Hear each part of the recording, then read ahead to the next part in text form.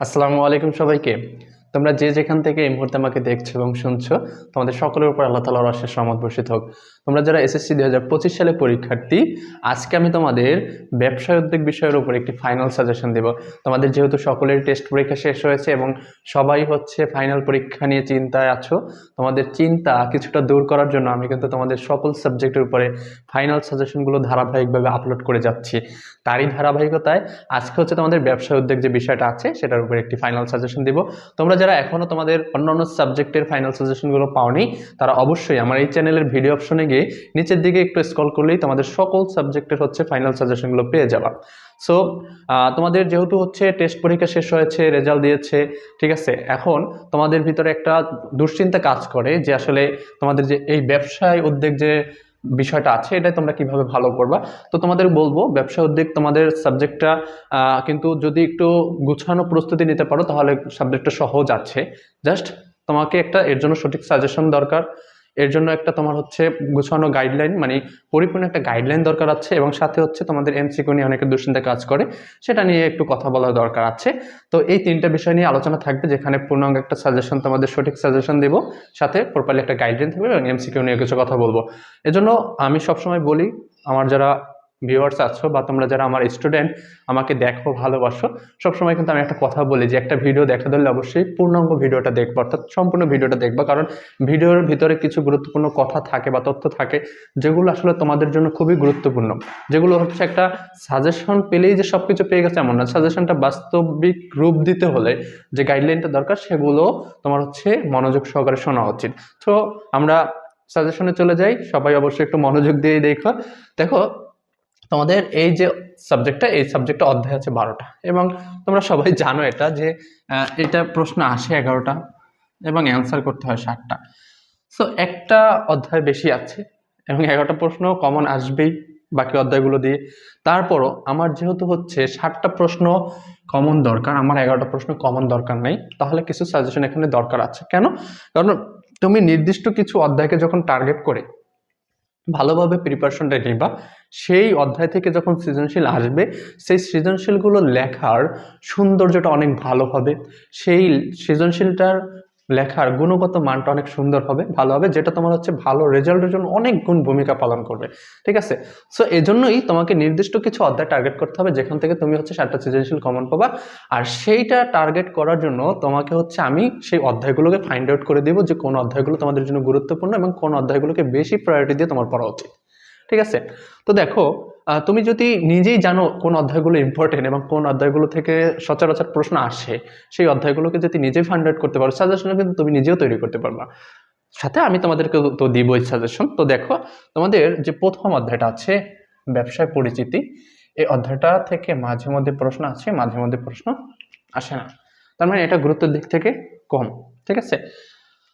তোমাদের যে দ্বিতীয় অধ্যায়টা আছে, তোমার এটা থেকে একটা প্রশ্ন আসে, অর্থাৎ ব্যবসায় উদ্যোগ ও উদ্যোক্তা। তারপর হচ্ছে আত্মকর্মসংস্থান, এটা থেকে একটা প্রশ্ন মাস্ট থাকে। মালিকানার ভিত্তিতে ব্যবসা, এটা থেকে একটা প্রশ্ন মাস্ট থাকে। ব্যবসায় আইনগত দিক একটা প্রশ্ন মাস্ট থাকে। ব্যবসায় পরিকল্পনা একটা প্রশ্ন মাস্ট থাকে। বাংলাদেশের শিল্প একটা প্রশ্ন মাস্ট থাকে। ঠিক আছে? এটা থেকে একটা প্রশ্ন মাস্ট থাকে। ব্যবসায় প্রতিষ্ঠানের ব্যবস্থাপনা, এটা থেকে একটা প্রশ্ন থাকে। তারপর হচ্ছে বিপণন, এটা থেকে একটা প্রশ্ন থাকে। অর্থাৎ তোমার 10 অধ্যায় হচ্ছে কি ব্যবসায় উদ্যোগ উন্নয়নের সহায়ক হিসেবে, এটা থেকেও তোমার হচ্ছে একটা প্রশ্ন থাকে। তারপর হচ্ছে ব্যবসায় নৈতিকতা সামাজিক দায়িত্ব, এটা থেকে একটা প্রশ্ন থাকে। লাস্ট যে অধ্যায়টা আছে এটা থেকে মাঝে মধ্যে একটা থাকে, মাঝে মধ্যে একটা থাকে না। অর্থাৎ একটু চিন্তা করো এখন যে তোমার হচ্ছে ফার্স্ট এবং লাস্ট এই দুইটার ভ্যালুটা একটু কম গুরুত্বের দিক থেকে, বাকি যে অধ্যায়গুলো আছে প্রত্যেকটা অধ্যায় কিন্তু গুরুত্বপূর্ণ। তাহলে তুমি 9টা অধ্যায় তোমার জন্য খুবই গুরুত্বপূর্ণ। এবং তুমি একটু চিন্তা করো যে তোমার হচ্ছে 12টা অধ্যায়, প্রত্যেকটা অধ্যায় থেকে একটা প্রশ্ন আসবে। এখন এইটা আর এইটার মাঝে মধ্যে আসে কেন? অর্থাৎ যখন দেখা যায় কোনো কোনো সময় 12 অধ্যায় থেকে দিচ্ছে, তখন হচ্ছে 1 অধ্যায় থেকে দেয় না। যখন দেখা যায় 1 অধ্যায় থেকে দিচ্ছে, তখন 12 অধ্যায় থেকে দেয় না। কারণ তুমি একটু প্রশ্ন যদি গণনা করো, 11টা প্রশ্ন হয়, 1 2 3 4 5 6 7 8 9 10, একটা প্রশ্ন এখনো গ্যাপ থাকে না। সেইটা মনে করো 12 অধ্যায় থেকে যদি দেয়, তাহলে হচ্ছে 1 অধ্যায় থেকে দিবে না, 1 অধ্যায় থেকে দিলে 12 অধ্যায় দিবে না। বুঝতে পারছো? তাহলে বাকি যে 9টা অধ্যায় আছে, অর্থাৎ 2 থেকে হচ্ছে তোমার 11 পর্যন্ত, এই 9টা অধ্যায় থেকে 9টা প্রশ্ন আসবেই।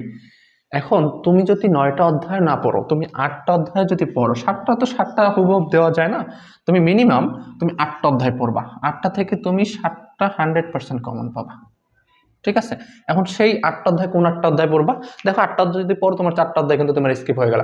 এখন এই 8টা অধ্যায়ের ক্ষেত্রে তোমাদের প্রতি আমার অনুরোধ থাকবে, তোমার কাছে যে অধ্যায়গুলো সহজ মনে হয়, অর্থাৎ 2 থেকে 11 অধ্যায়ের ভিতরে তোমার কাছে যে অধ্যায়গুলো সহজ মনে হয়, ধরো কারো হচ্ছে 7 অধ্যায় সমস্যা, বা হচ্ছে তোমার হচ্ছে 9 অধ্যায়টা কঠিন মনে হয়, তুমি 9 অধ্যায়টাকে ক্রস করো, বুঝতে পারছো? অথবা না ভাই আমি 9 অধ্যায় ভালো পারি, আমার কাছে 10 অধ্যায়টা কঠিন মনে হয়, 10 অধ্যায় ক্রস করো। অর্থাৎ এই যে 9টা অধ্যায় আছে, অর্থাৎ 2 থেকে তোমার হচ্ছে 11 পর্যন্ত এই যে 9টা অধ্যায় আছে, এই 9টা অধ্যায়ের ভিতরে যেই অধ্যায়টা তোমার কাছে একটু জটিল মনে হবে, তুমি সেই একটা অধ্যায় আরো স্কিপ করতে পারো। তারপরে তোমার হচ্ছে বাকি 8টা অধ্যায় তুমি যদি পড়ো, তাহলেই তোমার জন্য এনাফ, এবং সেখান থেকে তুমি 1000% শিওর থাকো তুমি হচ্ছে 7টা সৃজনশীল কমন পাবা। ঠিক আছে, তাহলে তোমাদের কিন্তু চারটা অধ্যায় কমে গেল। এখন এটাই হলো সাজেশন। এখন যেটা বললাম, তুমি যদি বুঝতে পারো নিজের মতো তৈরি করতে পারবে। এখন তোমার জন্য সাজেশন কেমন হওয়া উচিত? মনে করো তোমার তিন অধ্যায়টা কঠিন মনে হয়, তুমি 3 অধ্যায় বাদ দিয়ে দিবা, সাথে হচ্ছে 1 অধ্যায় বাদ যাবে এবং 12 অধ্যায় বাদ যাবে। ঠিক আছে, তো এইভাবে হচ্ছে একটা গোছানো প্রস্তুতি কিন্তু তুমি নিতেই পারো। ঠিক আছে, অর্থাৎ তোমার কাছে যে কয়টা অধ্যায় খুব সহজ মনে হবে, খুব সহজ, ঠিক আছে, 12টা অধ্যায় থেকে 2টা গেল, থাকে 10টা, 10টাও না, তোমার হচ্ছে 9টা অধ্যায় তুমি পড়ো, বা 8টা অধ্যায় যদি পড়ো, মিনিমাম 8টা অধ্যায়, অর্থাৎ 2টা অধ্যায় তুমি কিন্তু স্কিপ করতে পারো। যেমন এখানে যেটা বলছিলাম, 3 অধ্যায় তুমি স্কিপ করতে পারো, তুমি 9 অধ্যায় স্কিপ করতে পারো, যদি তোমার কাছে জটিল মনে হয়। তোমার কাছে সহজ মনে হচ্ছে তুমি এই 2টা পড়ো, অন্য 2টা স্কিপ করো। অর্থাৎ তুমি যদি 8টা অধ্যায় পড়ো ঠিকভাবে, তাহলে 8টা অধ্যায় পড়লে তোমার জন্য 7টা সৃজনশীল তুমি 100% কমন পাচ্ছ। এটা গেল তোমার সৃজনশীলের সাজেশন। এখন কথা হলো পড়াশোনাটা কিভাবে করবা। সাজেশন পাওয়ার পরও কিন্তু তোমরা ভালো রেজাল্ট করো না, এর পিছনে কিছু কারণ আছে। সেটা হলো, তোমাদের সব সময় সব সাজেশনই বলে থাকি, এটাই বলবো যে তোমার যেহেতু টেস্ট পরীক্ষায় গেছে, গ্যাপগুলো যেগুলো নিজে ফাইন্ড আউট করতে পারছো কোন কোন জায়গায় দুর্বলতা আছে, সেই দুর্বলতাগুলোকে ইমপ্রুভ করতে হবে, এটা তোমার প্রথমত কাজ। দ্বিতীয় কাজ হচ্ছে প্রত্যেকটা অধ্যায়ের বেসিক ক্লিয়ার থাকতে হবে। অর্থাৎ তুমি 12 অধ্যায় পড়বা না, সৃজনশীলের জন্য পড়বা না, কিন্তু 12 অধ্যায়ের ভিতরে কি কি আছে এই বিষয়বস্তুটা তোমার জানা থাকতে হবে। ঠিক আছে, প্রথম হলো গ্যাপ মানে দুর্বলতাগুলোকে কাটিয়ে ওঠা, বেসিক ক্লিয়ার করা। তৃতীয়ত হচ্ছে সাজেশনে যে অধ্যায় 8টা তুমি সাজেস্ট করবা তোমার নিজের জন্য, যে 8টা অধ্যায় তুমি হচ্ছে পড়বা, সেই 8টা অধ্যায়ের A to Z সবকিছু তোমার কমপ্লিট করতে হবে, কিচ্ছু বাদ দেওয়া যাবে না। মেইন বই রিডিং বাদ দেওয়া যাবে না, তোমার ক নম্বর প্রশ্ন বাদ দেওয়া যাবে না, খ নম্বর প্রশ্ন বাদ দেওয়া যাবে না, তোমার সৃজনশীল MCQ কিচ্ছু বাদ দেওয়া যাবে না, যেহেতু সময় আছে। A to Z কমপ্লিট করতে হবে। তার সাথে 4 নাম্বার যে কাজটা করতে হবে, তোমার বেশি বেশি এগুলোকে আবার রিভিশন দিতে হবে। যেগুলো পড়ছো সেগুলোকে রিভিশন না দিলে তুমি ভুলে যাবে, সো বেশি বেশি তোমার রিভিশন দিতে হবে। 5 নাম্বার যে কাজটা করতে হবে সেটা হলো এইটার উপরে বেশি বেশি মডেল টেস্ট পরীক্ষা দিতে হবে। যত তুমি মডেল টেস্ট পরীক্ষা দিবা, তোমার হচ্ছে পরীক্ষা নিয়ে যে একটা ভয় থাকে মানুষের, সেটা দূর হয়ে যাবে, এবং সাথে তুমি হচ্ছে নিজের ভিতর আত্মবিশ্বাসটা বাড়াতে পারবা। ঠিক আছে, কারণ যখন তুমি হচ্ছে বেশি বেশি রিভিশন দিবা, পরীক্ষা দিবা, তোমার ভিতরে আত্মবিশ্বাস বাড়বে, নিজের দুর্বলতাগুলো খুঁজে পাবা, আরো সেগুলোকে স্ট্রং করতে পারবা। সো এই 5টা জিনিস মাথায় রাখবা, যে 5টা জিনিস বললাম। দুর্বলতা কাটিয়ে ওঠা, প্রত্যেকটা সাবজেক্টের বেসিক ক্লিয়ার করা, মানে অধ্যায় বেসিক ক্লিয়ার করা, সাজেশনের A to Z কমপ্লিট করা, যে সাজেশনে 8টা অধ্যায় তুমি পড়বা, তারপর হচ্ছে বেশি বেশি রিভিশন দেওয়া, তোমার হচ্ছে লাস্ট হচ্ছে বেশি বেশি মডেল টেস্ট পরীক্ষা দেওয়া। সাথে যেটা হচ্ছে তোমাদের MCQ নিয়ে অনেকের কোশ্চেন থাকে, MCQর জন্য সবাই বলো সাজেশন দেন, সাজেশন হয় না, MCQর হয় না। ঠিক আছে, MCQর জন্য কিছু জিক ফলো করতে হবে, এই তোমার হচ্ছে ভালো রেজাল্ট করার মতোই, যে প্রত্যেকটা অধ্যায়ের বেসিক ক্লিয়ার থাকতে হবে।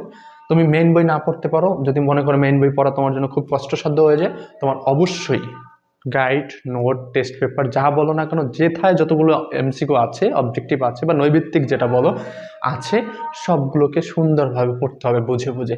পড়ার পরে 2 নম্বর কাজ হচ্ছে এগুলোকে মানে তোমার হচ্ছে বেশি বেশি রিভিশনে রাখতে হবে। MCQর বিষয়টাই হচ্ছে তুমি পড়বা, ভুলে যাবা, কিন্তু যত বেশি তুমি রিভিশনে রাখবা, তত বেশি তোমার হচ্ছে সেটা মনে থাকবে। এবং লাস্ট যেটা সবসময় বলি, যে মডেল টেস্ট এক্সামগুলো দিতে হবে MCQর উপর আলাদা করে।